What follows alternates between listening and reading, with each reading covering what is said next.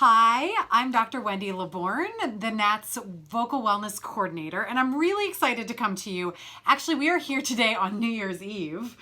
If you can believe that, it's 4 o'clock in Cincinnati on New Year's Eve, but we wanted to get this filmed as we think about moving into the new year. So everybody seems to have this New Year's resolution of either getting fit or being on a diet. So I wanted to bring in an actual expert on dietetics and nutrition, and this is my good friend Anita Dock, and I'm going to tell you a little bit about Anita. Anita has been a registered dietitian for over 30 years, since graduating from the University of Arizona and then interning at University of Cincinnati Hospital.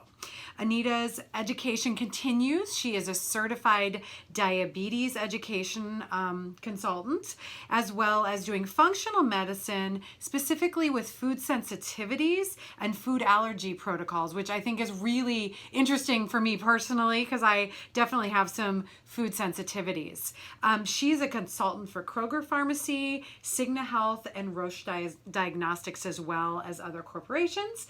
And we are here today in a suburb of Cincinnati called Blue Ash, Ohio, and she has a private practice here where she practices dietetics and nutrition. And before we get too far into this, we're actually going to talk about what a dietitian is or what a nutritionist is, if they're the same, if they're different, and what sort of education goes into that, because I think it's really important that our singers have an idea that as they move into these fad diets, if they're talking to the right people or not. So tell us a little bit about that, and welcome, Anita. So first of all, anyone can be a nutritionist. There's not a lot of specific certifications that are recognized across the country to become a nutritionist. And dietitians can be nutritionists, but nutritionists cannot be dietitians. Without additional school. Right. Okay. So to be a registered dietitian, nutritionist, you need to go to a program for 4 years for undergraduate education that has very specific criteria of coursework. It's a lot of science, organic chemistry, biochemistry, anatomy, physiology, those types of things. You're in a lot of the classes of the pre-med students. And then you have to have an internship that usually lasts about a year. And then you take an exam, and then if you pass the exam, then you're registered, and then you have to have continuing educations every year. You have to keep up with that. And then a lot of dietitians like myself continue the process of learning. So then I went back for more training and became specialized in diabetes and became a certified diabetes educator. And then I went for more training and became a functional integrative practitioner. And so I do food sensitivities. So tell me what a functional integrative practitioner means. Does that mean you use non-Western medicine kinds of things? So what it is you take and build what you learn in Western medicine, and then you dig so much deeper. Okay. So something that I think our audience would understand is that if you go to a typical Western medicine ENT and you have acid reflux, they're going to put you on medication. My approach is going to be, let's find the root cause of that. Why are you having reflux? Some of the patients I have reflux actually because of food sensitivities. Some have reflux because they actually don't have enough acidity, and so we actually give them supplements that add acidity. So that and then those are people that usually can't digest meats as well, because protein needs some acid to break that down. You'll absorb B12 better, you'll absorb magnesium better, and calcium and iron, and without enough acidity you don't really absorb those nutrients. So a functional practitioner is going to dig a lot deeper. We're going to think about digestive enzymes possibly, things that soothe like aloe and slippery elm and marshmallow and herbs, and we're also going to have to be really careful that those certain herbs we're adding don't interfere with the Western medicine medication also, and that there's not interactions and things like that. So that's one example about how a functional practitioner would approach the same exact diagnosis, which would be different than Western medicine. Yeah, so you're not putting the Western medicine away, but you're complementing what they're doing. Okay, and I didn't mean to interrupt you with that, but no, that's good. that is a really big thing, because I think so many of our singers come in, they have the most concoctions of anyone I've ever seen, and it's really hard sometimes to say, okay, you're taking apple cider vinegar, but you don't know whether you're too acid or too base for reflux. And so a dietitian would be somebody who has extra training to be able to work on some of these things. Now, I would say that your more typical dietitian does not get into it in that way. My training did not teach me how to look at reflux. In my old days, I was just teaching people how to stay away from acidic things and coffee and soda, and I didn't know any of this. And so the extra training has been really rewarding because we're digging a lot deeper than we were before. Great. Awesome. So, you know, there's this common saying, you are what you eat. And so as everybody's moving into the new year and thinking about what they eat, we have so many performers that generally have not the best diets. Part of it is that our traveling or touring performers are on the road all the time. So they're at the mercy of whatever they can get in whatever cities they are. Or sometimes trying foods that are native to the area. So if you're in the Southwest, you're eating spicy foods that you might not be used to. Do you have some ideas as far as just general wellness and how much of what things we should be eating as we move into 2018? Okay, so first of all, we need balance. So we need balance on our plate, and we're going to also talk about needing balance in our life. So a lot of people might be familiar with this. This replaced the food pyramid system. Okay. So the food pyramid system was a pictorial way of talking about what to eat, but they changed it to something a little bit simpler. And this shows the variety of types of things you need at each meal. And if you get each one of these represented at a meal, you're going to get the core nutrients that are really important to have. So getting enough protein, that would be like in meat, chicken, fish. If you're vegetarian, it would be in legumes, tofu, soy. Grains, we get plenty of grains, most of us.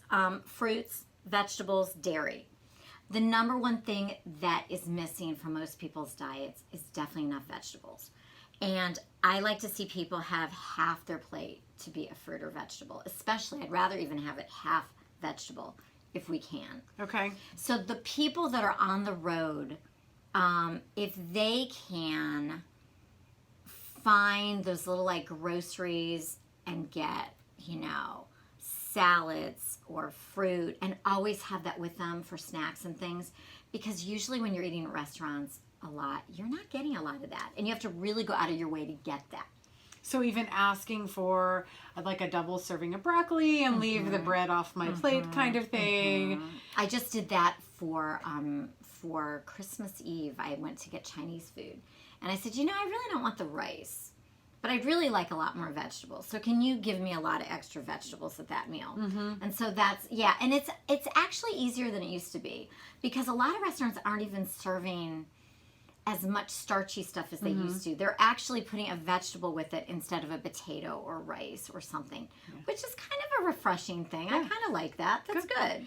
Are there any specific vegetables that kind of give you the most bang for your buck as far as nutrients go or things like that? The more color something has, the more nutrients it's going to have. And the color that really is the most powerful are your purples and reds. So when you get lettuce, iceberg would be at the bottom of the list because there's not much color to that. Then maybe romaine might be nice. But then if you could get like red leaf lettuce, that would be even better. Okay. So getting those purples, when you eat beets, the greens on there actually have a ton of nutrients. The greens on the beets. That are on the beets. Okay. Like, don't throw those away. Cook them. Okay. Make them. If you're going to make a smoothie in the morning, try to put some greens in your smoothie. Try to get something leafy and green at least once a day. So spinach, Swiss chard, kale, and there's a purple kale. So that would actually have more nutrients than even the green kales. And I love purple cauliflower. Yes. That's one of my, is that better than white cauliflower? You know what? I'm not really sure about that because I don't know how they're making that purple, but I would say that there's a good bet that might have more nutrients. I'm not sure. Eggplant's purple? Yeah, but you're not eating the purple part. Okay. So I'm not sure that you're going to get as much that way. But just the more color something has. Okay. And you've probably heard people talk about eating the colors of the rainbow. Yes. The more colors on that plate, the better. Yeah. You know, so if you're eating a meal and this is your version of vegetables, so you've got over here, your protein might be chicken, and your grain kind of starchy thing might be mashed potatoes. And then your vegetable is corn. You're getting a lot of white and not as nutrient dense. Not that corn isn't bad. Corn is a whole grain, so that's not a bad thing. But you're going to try to get as much color on that plate as you can. So maybe you would have that same chicken, and maybe you would try to make your entree have vegetables as part of the recipe with a vegetable sauce. Or maybe you're going to have something like stuffed cabbage where that entree already has tomato sauce, which has lycopene in it. And then it already has cabbage. So you're already getting vegetables within your entree. And then you're getting maybe broccoli as your vegetable with that. And maybe instead of a pasta, you're going to put, I don't think this would taste so good with this, but maybe a sweet potato. No, that's probably not going to taste quite as good with the tomato. But so that's an idea of how to get all those colors. And then have a salad. Don't feel like you can just have one vegetable. You're supposed to have up to 12 servings of fruits and vegetables a day. So if you just wait till dinner, you're not going to get them in. Yes. Yeah. Or there would be, yes, that would be a lot of vegetables. That's a lot of vegetables That's at one a time. lot of vegetables. Yeah, a lot of fiber that your GI system, if you're a performer and perform at night, and you want to put all those 12 servings in at dinner, you may not perform so well. Yes, absolutely. And you know, you've got tons of snacks, kind of on the road snacks that we sort of see here. Can you talk about some of these things? Because some of these things I have seen at restaurants, or even things at almost like a Starbucks where we're getting some of these healthier choices sometimes. What do you have here in the realm of snack foods? Okay, so I'm always trying to find something with nutrient density. Now, most people get enough grains. They're eating crackers and they're eating granola bars, pretzels. They get a lot of that. But how can we incorporate more fruits and vegetables? So obviously, I've got tons of fruits and vegetables here. You could do carrots dipped in hummus and things like that.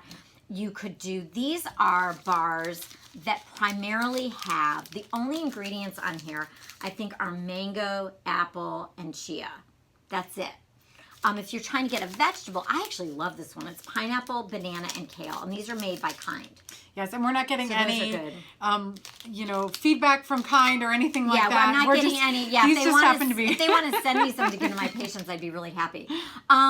These are steel cut oats. And this has sugar added to it. If you're trying to stay away from a lot of sugar, you probably could get a plain one. You could get the packets. Most places have hot water. You know, even if you are on the road and you have a packet with you, you can go into like a gas station that has coffee or hot water for tea and just throw some in there. You also, now I love, these are so good. Costco, really good. I have to say, has really good nut mixes. Now, if you're trying to get the most nutrition from nuts, you try to get them not roasted. Oh, so if you get can, because raw you're nuts are better? Raw are better because the heat is going to kill some of those good essential fatty acids. Okay. So if you can get them raw, that's even better. And then this has some dried fruit in it. Now, calorie-wise, if you're watching calories, these can add up pretty quick. A quarter of a cup of just the nuts alone without the dried fruit is going to be about 200 calories. That's a lot. So you have to be careful. A serving, like when I give someone a specific regimented meal plan and they get like one fat at a meal, one serving of fat's equivalent to like a teaspoon of margarine, a teaspoon of oil, a teaspoon of mayonnaise. In terms of nuts, that's equivalent to 4 pecan halves, 4 walnut halves, 10 peanuts, 6 almonds, or about 16 pistachios. So you get a little bit more with the pistachios. Yeah. And we put some stuff down on the floor. Right. So I love these. I actually get a little bit carried away when I eat these, and they do kind of bother my stomach if I eat too many. These are just apples. And they're baked? And they're organic, which I like even more. And they are not fried at all. There is 0 fat in here. Those are great. They are delicious. So, Fuji and red apples, and I like that they're organic because if you are worried about should you have organic or not, apples have a lot of pesticides. So I kind of like to get organic when it comes to apples. So yeah, my kind of rule of thumb has always been if you can peel it, you don't necessarily need to buy organic, but especially your red fruits. And I don't know if I would still get organic apples even if I peeled. No, that's what I'm saying. Right.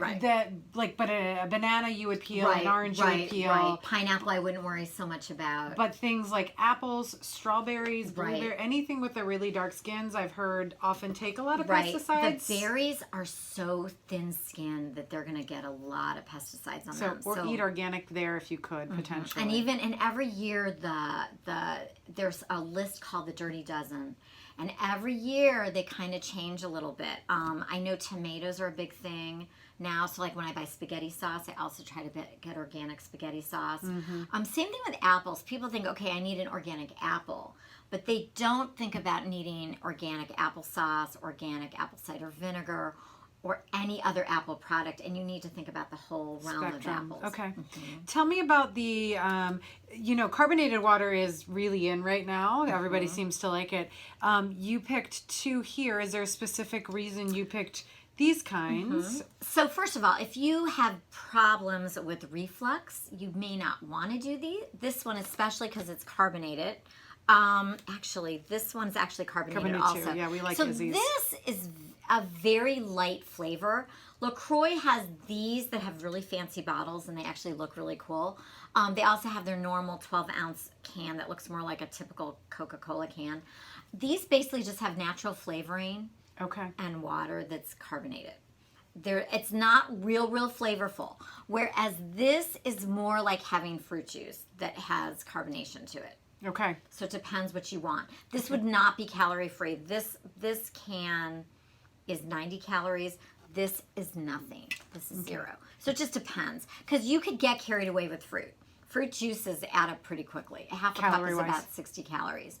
So when you go to a gas station, a convenience store, and you get orange juice, the package may say it's got 60 calories, and then they'll say there's about 4 servings in there. So be careful if you are watching how many calories you're taking in. Dairy. Okay. Is there any concern, like these guys, which I'm dairy free, so I love the meringue cookies because I can eat eggs, so I can eat those, and that makes me happy. Right, and also these are made from egg whites. Now, when you eat an egg, the yolk is all cholesterol, 100% cholesterol. The egg white is all protein. Protein does sustain you and give you stamina. So performers that are running all the time, they need stuff that really holds them. So this will actually have a little bit of protein. There is sugar in it because it is a cookie. But if you're going to have a cookie, at least you're getting a little bit of protein in there with it. Okay. We talked, in the performing arts world, I think depending on where you are, we have both body spectrums. We've got people that are potentially what would be considered morbidly obese. And I see the other end of the spectrum where I have people that are super skinny or have eating disorders, which I guess I consider on the other end of it, the spectrum of bulimia, anorexia. And I know those are 2 opposite ends, the overeating or binging, purging. Do you have thoughts, if people have an eating disorder, or if there are things that you might recognize in an eating disorder that they would need to get help from somebody, what are some of the common signs of people with eating disorders? And you might need to separate them because I don't know enough about them to tell. So let's talk about the restrictive eater. So that was someone with more anorexia nervosa. Okay. A restrictive eater has some personality traits. Number 1, they tend to be perfectionists. Not always. They also, and a lot of eating disorders, even ones where people eat a lot, they have a hard time with limiting things. They tend to go too far with things. They're very all or nothing, black and white. So if they're going to decide to eat healthy, sometimes it just starts off so innocently. I just want to eat healthy. It's a new year. I'm going to start, maybe I'm going to become a vegetarian this year, whatever it is. So it starts off very innocently sometimes, but then they carry it too far. Usually there's some things, though, that are going to trigger an eating disorder, because you could be around people that are limiting what they eat. I feel like I'm a really good example. I did ballet when I was in high school, and a lot of people around me were really limiting what they were eating. They were telling me I was overweight, and I was probably 100 and some pounds. And the difference between a person that might go into an eating disorder is that they have personality traits that push them in that direction. Okay. So one of the personality traits they tend to have is a very low self-esteem. Okay. And then with that low self-esteem comes poor body image. And then there's a perfect storm that grows if they, let's say, have lived in a family that's been very dysfunctional. Let's say an alcoholic parent. If they already have anxiety, depression, bipolar disease, which many of this population has, that's kind of pushing them in that edge. If they've had any kind of trauma, many of my patients have been molested and raped, not once, twice, many times.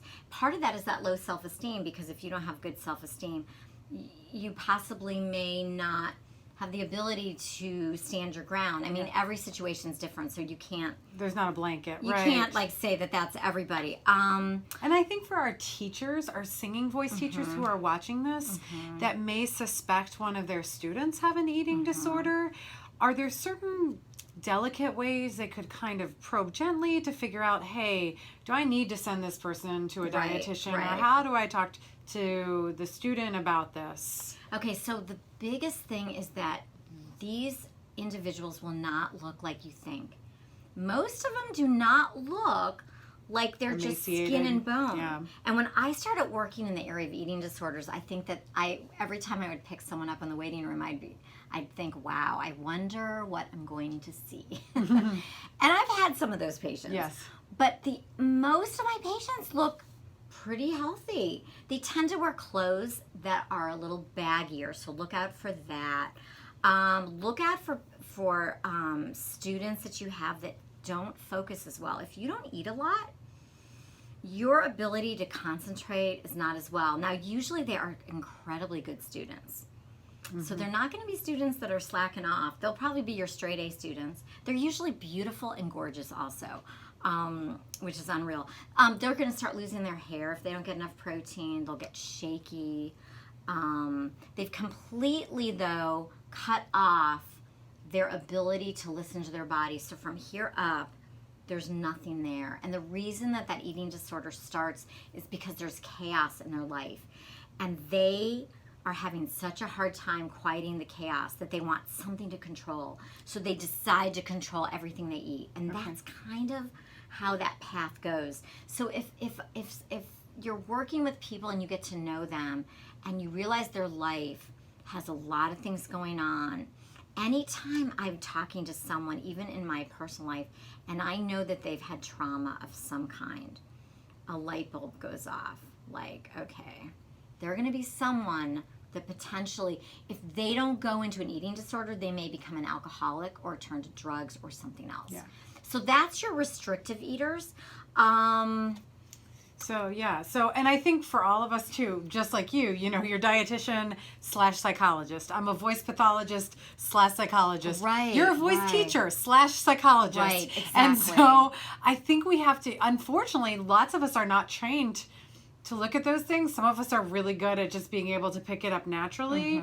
But also, I mean, I'm sure like you, depending on if I have a patient that is beyond my skill set of going, ooh, these are some issues. I can deal with the voice aspect and recognize there's a psychological component. Right. I'm going to bring in a psychologist or psychiatrist to deal with the component that I am not, the best person to deal with. Right. Do you have the same thing? Like, do you team up at times So if needed? I always do. I will not accept an eating disorder patient unless they're going to work with a therapist, a psychiatrist, and work with their physician. And we are in communication often. All the time. Okay. So, and most practitioners do not like working with eating disorders. It's a really tough area. Okay. So you want to find someone that's worked with it. You don't want to find someone that just sees an eating disorder patient once every 5 years. Right, okay. Same thing with, even therapists do not enjoy eating disorders. Now, I would say that a restrictive eater is a little more rigid and difficult. Binge eater is much different. So a binge eater has chaos also in their life, and they may also have trauma. They're using food to not have to feel something. Comfort, yeah. Now, anorexics also don't want to feel their feelings. So they're using restricting as a way to not feel things. But someone that binges is going to also, they are stuffing food there so they don't have to feel something. Yeah. And meeting with a dietitian is really helpful. A lot of times they're going to work with a therapist, but the therapists sometimes don't realize the help a dietitian can make. Making that. Because sometimes they're binging because they go way too many hours without eating. Mm-hmm. And if you've gone 4 to 5 hours without eating, it's time to eat something. Otherwise, you're just going to get too hungry and you're going to eat everything in sight. And then you start building this cycle of shame, like, oh my gosh, I can't believe I ate that. Or if you know that you're going to purge, you eat even more, and then you're going to just purge anyway, so it doesn't matter. And purging can be really dangerous.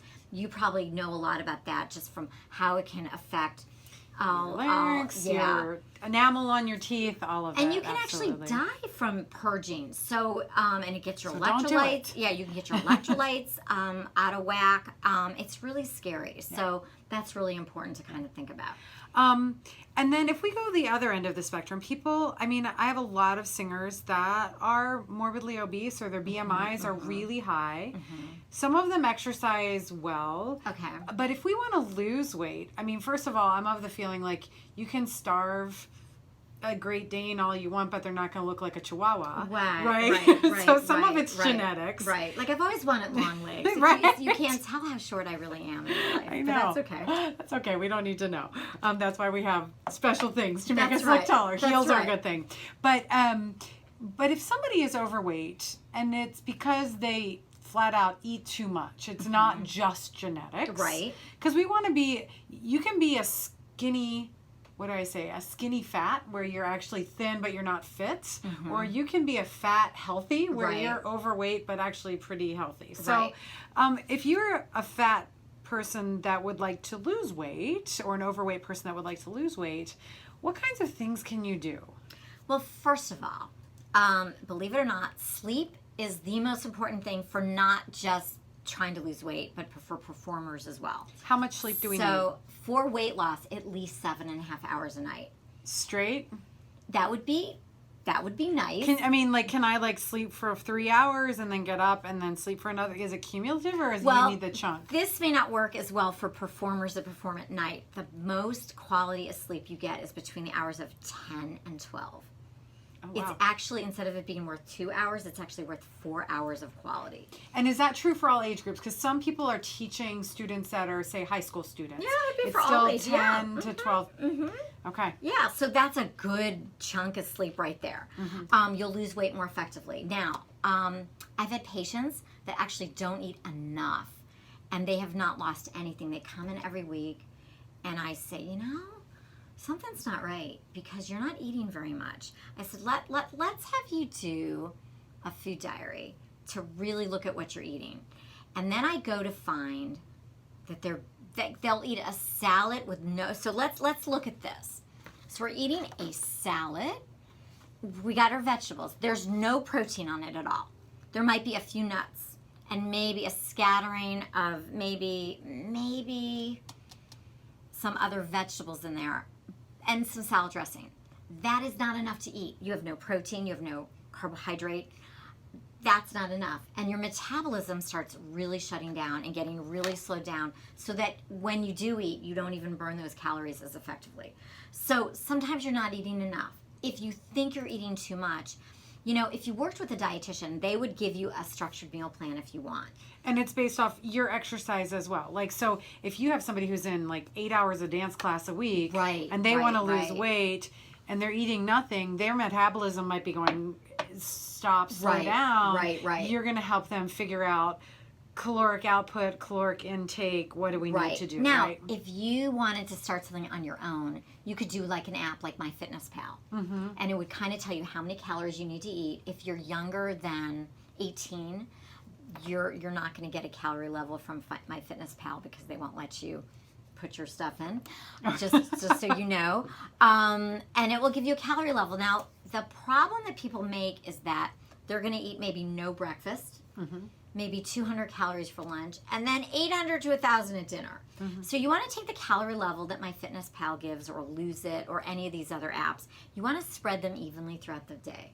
And you want to consider this balance of nutrients. So you want to consider having enough protein enough grains, enough fruit, so that you're getting the balance. Now, the reason sometimes MyFitnessPal doesn't work is that you're entering that you had a half a cup of applesauce, let's say, and maybe you had 1.5 cups. And so your record keeping shows that you should be losing weight, but you're not. So make sure that when you're entering a half a cup of this, 3 ounces of that they match. Okay, that makes sense. And I know everybody's different, so you can't just make blanket statements of like, oh, you're 5'4" and you weigh this and you want to weigh this.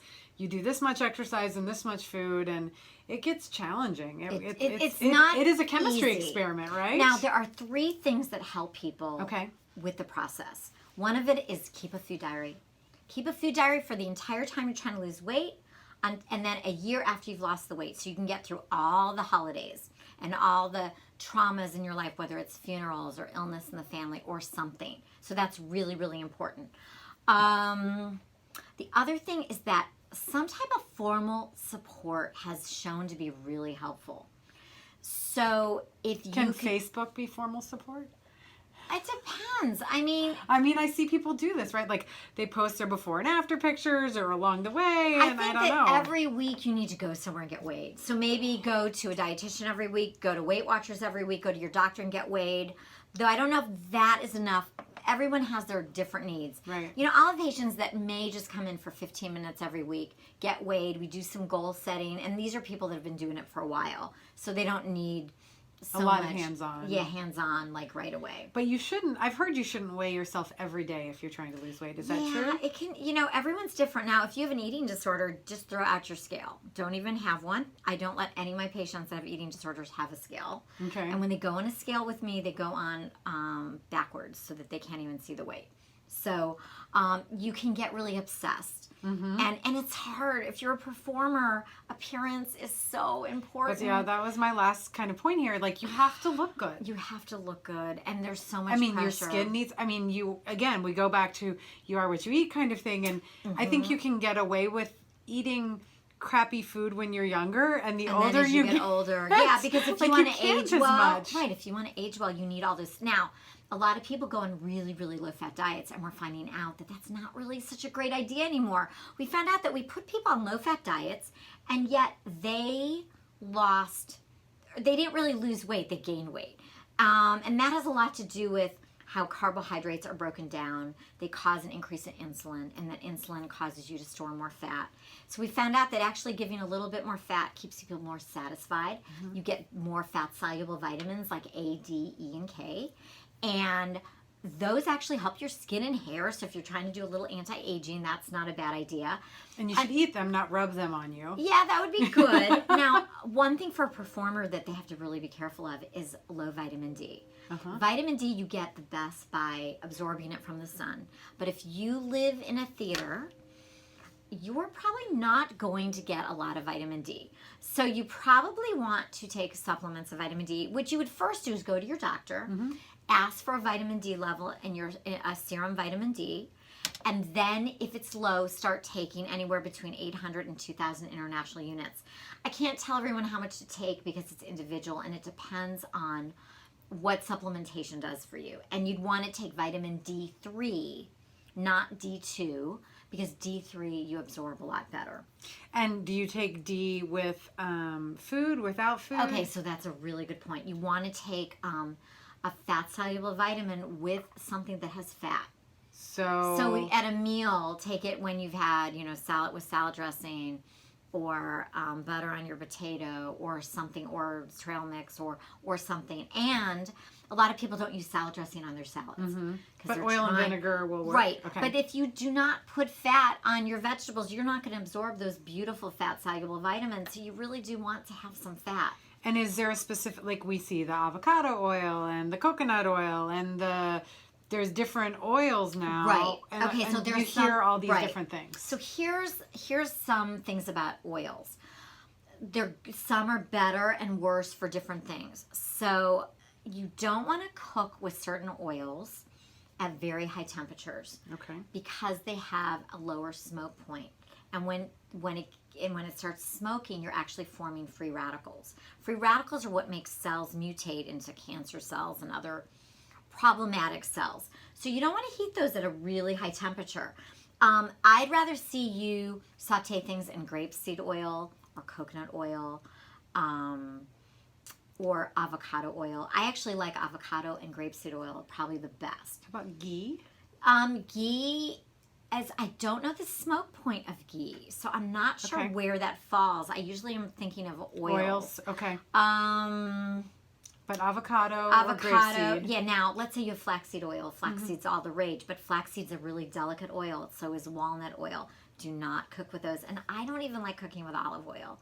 I tend to So put you would those use in a olive salad oil on a dressing. salad dressing as opposed to cooking with it. Yeah, I don't like to put a lot of heat on that. Now, in terms of the fats, I'd much rather see plant-based fats in people's diets more so than animal-based fats.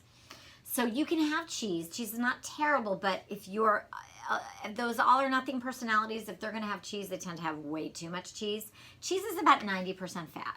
So if you're going to do fats, avocado's a plant-based fat, nuts are plant-based, nut butters, almond butter, peanut butter, cashew butter, sunflower seed butter, your olives, your olive oils, those would be a better way to go. Okay. Okay?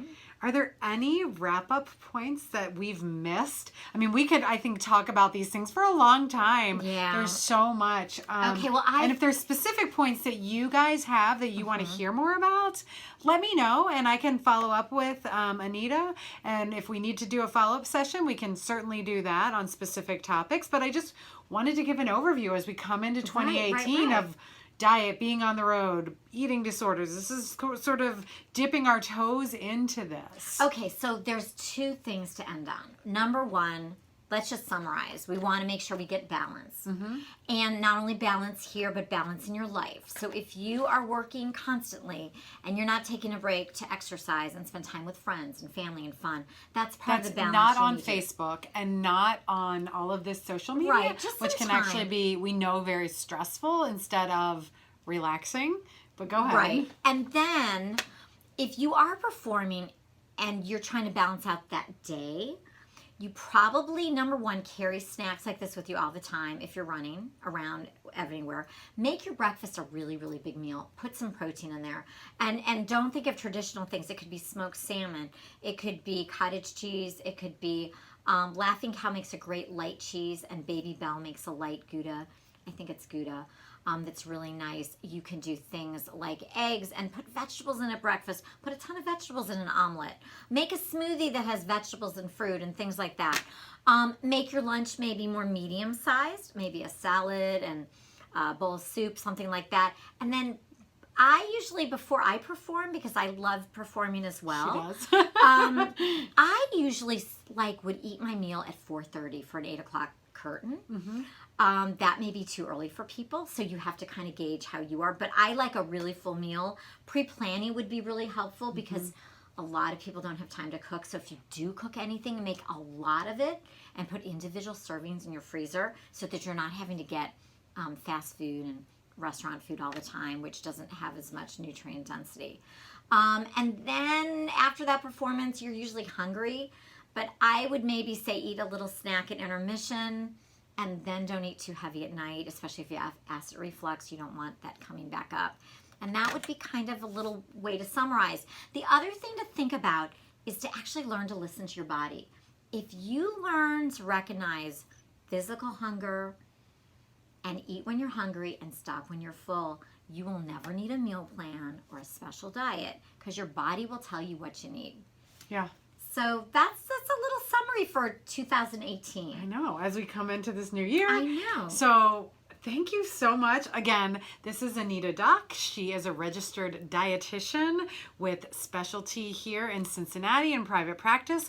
I will post her information and contact information online so you can see it. I'm Dr. Wendy LeBorgne, the voice pathologist and vocal wellness coordinator for NATS. I hope you've enjoyed this segment, and I look forward to seeing you in 2018. Send me your topic ideas, and I'll try to find some folks who we can have conversation with regarding those ideas. Have a great new year, and it is New Year's Eve, so Happy New Year.